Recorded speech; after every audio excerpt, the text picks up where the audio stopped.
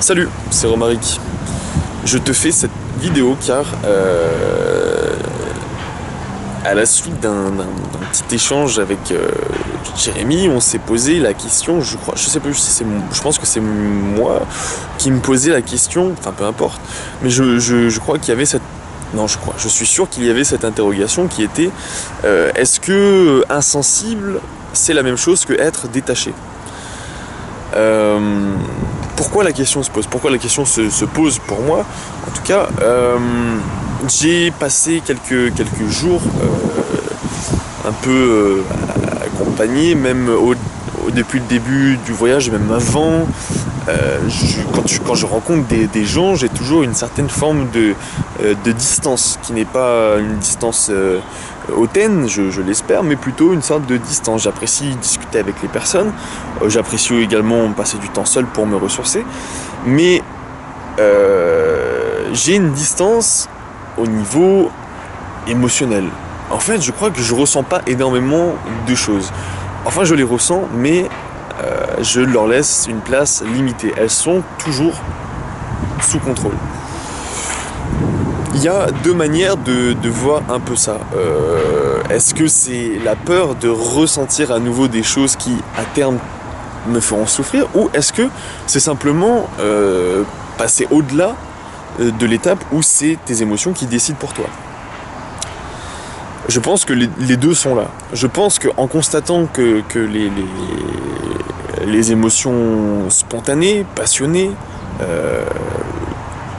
ne permettent pas de faire des choix logiques, mais surtout sont plus ou moins toujours destinés à la souffrance après, d'une manière ou d'une autre. On va être heureux à un moment et puis on va souffrir de ne plus l'être. On va être malheureux et donc on va vouloir chercher à reproduire un état où on était bien avant. Tout ça, il y a une histoire de jugement derrière. Ce jugement, il vient de tes mémoires et de l'interprétation des choses qui te sont arrivées par le passé. Ce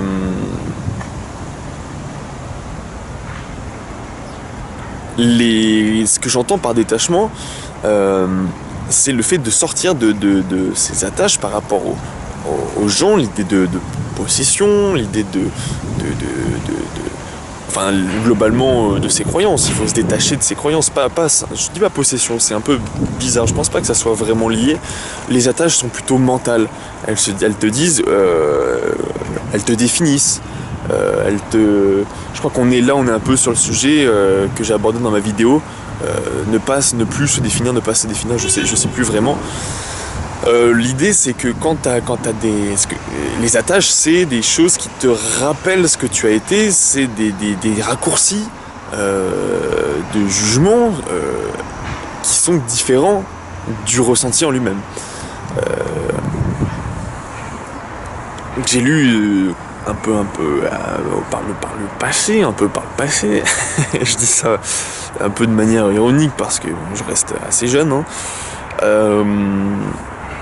Mais j'ai lu pas mal de livres un peu sur le bouddhisme, sur l'hindouisme, etc., où on parle beaucoup du détachement, et je pense clairement que ma mentalité est actuelle. Ce que j'essaie d'exposer dans cette vidéo est inspiré, et pas inspiré aussi, influencé par ces traditions, ces livres, etc., dans la mesure où je parle de... Ok, les gens me prennent en photo. C'est pas grave. Je leur donne sans problème. Mais bon, faut demander avant. Je suis une star. Ok.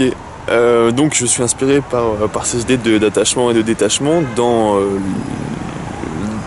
parce que de ces écrits, j'ai cru comprendre, j'ai cru voir, constater par moi-même dans la vie que les attaches sont ce qui te fait souffrir. Quand tu crois que quelque chose va durer, quand tu crois que tu es quelque chose, quand tu crois quand tu as des croyances, quand tu es attaché à ces croyances, quand tu n'es pas souple, quand tu n'es pas prêt à changer, tu vas forcément souffrir. Tu souffres en fait quand tu essaies d'aller contre le déroulement naturel des choses. Donc le détachement, c'est un peu l'idée de se dire, ok, je n'ai pas de croyance, je ne vais pas juger les choses en fonction de ce que je crois. Le détachement, ce n'est pas du tout l'insensibilité. Je pense simplement que c'est observer son ressenti, observer les émotions qui sont suscitées par l'extérieur.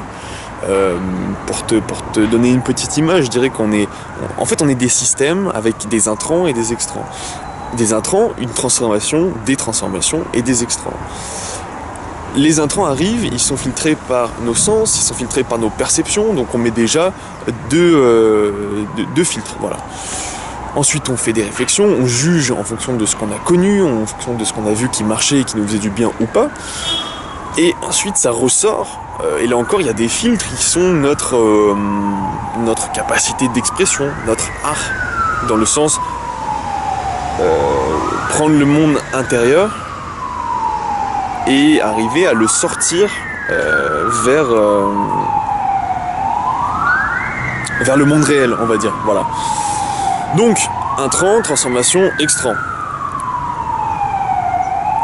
Pour moi, quand on est détaché mais pas insensible, on laisse toujours les choses rentrer, on laisse toujours les choses agir à l'intérieur de soi, mais on regarde ça de haut. Et avant de générer, et cette vidéo est très complexe à faire.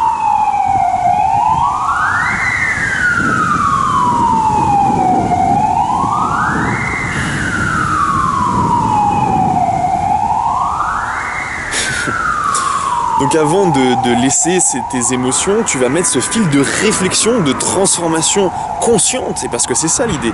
On est observateur, on est conscient de ce qui se passe à l'intérieur de soi avant de le faire ressortir, en étant à la fois conscient que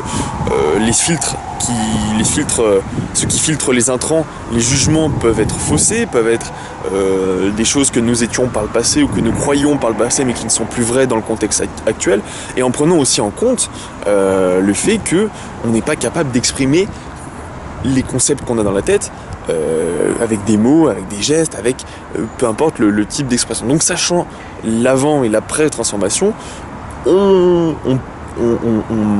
met une étape de réflexion, de fil, un petit peu de rationalisation des émotions qui passent à l'intérieur de nous. L'insensibilité, pour moi, ce serait le fait de nier ces émotions, de ne pas les voir, d'être que dans la réflexion. J'ose croire que je ne suis pas insensible, je préfère penser que je suis détaché, même si, en le disant, je me rends compte que ce terme a vraiment une connotation négative. C'est comme si les choses qui étaient autour de toi n'ont pas d'impact sur toi. Je ne suis pas détaché de mon environnement, je suis détaché de mes croyances. J'essaye de l'être. Parce que malgré tout, je reste un humain, j'ai un cerveau d'humain, j'ai des aspirations d'humain pour l'instant, et encore pour longtemps, je pense, puisqu'il y a beaucoup de choses dans le monde humain qui m'attirent, que j'ai envie d'essayer. Mais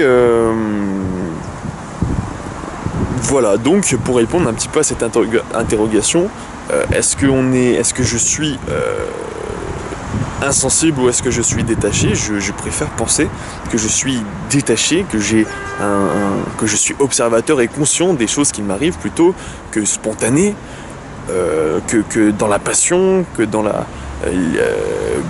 les réflexions, mais aussi que je suis encore connecté à mon ressenti, que j'ai toujours des émotions, même si il s'avère que j'ai du mal à les laisser. C'est pas que j'ai du mal. En fait, je pense pas que ce soit du mal, je pense pas que il faut que je travaille mon lâcher prise là-dessus, que je diminue mon contrôle, puisque finalement c'est moi, c'est comme ça que j'ai voulu le réaliser, mais c'est simplement que cette distance qu'il y a entre les autres qui sont très spontanés et moi-même, qui parfois peut sembler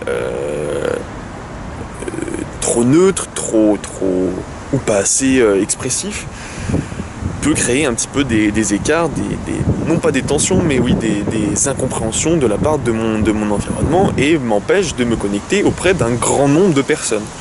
Pour avoir discuté de ça avec quelqu'un hier, c'est pas un mal en soi. Je pense qu'à partir du moment où tu connais les personnes avec lesquelles tu peux échanger sur un même niveau, il y a des gens qui sont très brutes, qui réagissent, qui font que de la réaction directe, sans réflexion.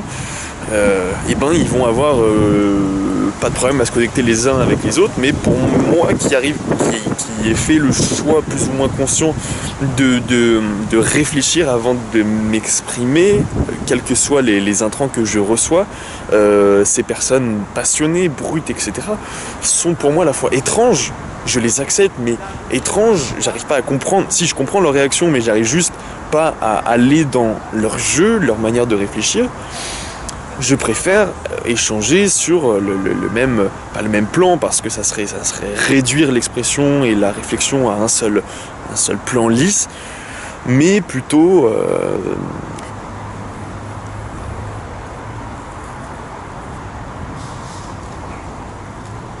de trouver les gens avec lesquels je peux parler de choses qui m'intéressent sans être entre guillemets pollué par des émotions brutes, sans parler à leurs émotions, en parlant à leur réflexion, à leur conscience. Voilà. Je pense que tout revient un petit peu là-dedans, dans cette interrogation, à cette idée d'observation, d'être observateur de ce qui se passe, d'être conscient, lucide sur ce qu'il se passe, apprendre à se connaître sans juger par des notions aussi simples que le bien et le mal, sans juger par son ego, sa volonté de survie, même s'il ne faut pas l'oublier, mais sa volonté d'avoir plus, d'accumuler, etc. Non, je pense que on doit être observateur et être conscient de sa place dans l'environnement, etc. Ça peut aider à prendre des décisions, ça peut aider à faire des bons choix, je dirais, plus que des émotions brutes. Voilà, c'est mon avis. Bon, je vais te laisser, car cette vidéo n'était pas éprouvante physiquement, mais mentalement, pour la concentration, pour l'attention. J'espère que ça n'a pas été trop désagréable à suivre. Et puis je te donne rendez-vous bientôt pour te parler de stabilité à nouveau. Je suis stable physiquement depuis quelques... Non, en fait. Mais là, je rentre dans une nouvelle phase de stabilisation où je suis de nouveau seul et où je vais pouvoir me reconnecter avec mon ressenti, faire du feedback, parce que soit quand je suis accompagné, soit quand je suis entouré de personnes, je suis trop dans le recul, j'absorbe, donc ça me demande un effort de concentration, donc je suis encore moins sur l'instant présent. Mais donc là, ça va me permettre de me reconnecter à moi-même et puis de te parler d'accompagnement et de centrage, voilà, d'échange et de recentrage sur soi. Voilà. À bientôt, salut.